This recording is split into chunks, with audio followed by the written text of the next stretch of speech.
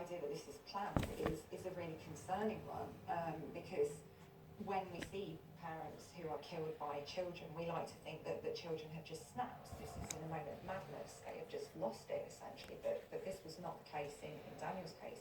He had plotted this, he had planned it. Which again is probably more scary than anything, really. In fact, he'd been living in that environment, speaking to people, going to school. And all the time, on that particular day, he knew that he was going to murder his mum. When we look at some of his behaviours, we could almost categorise them as being quite psychopathic.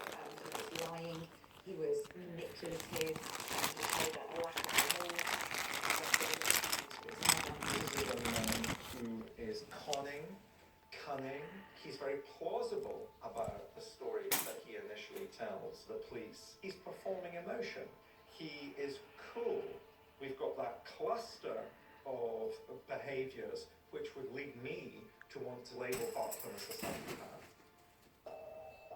After detectives analysed the hard drive of Daniel's computer, they found the most shocking piece of evidence. They recovered a deleted file.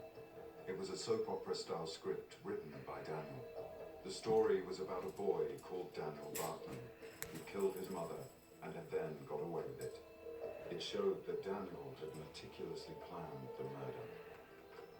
The only place he couldn't get away with his bad deeds was with his mother Jackie. So one evening, made it look as though there was a break-in and murdered his mother with a hammer, and then set her and the family home alight. Daniel Barton was a character that had done this, but it was a soap plot.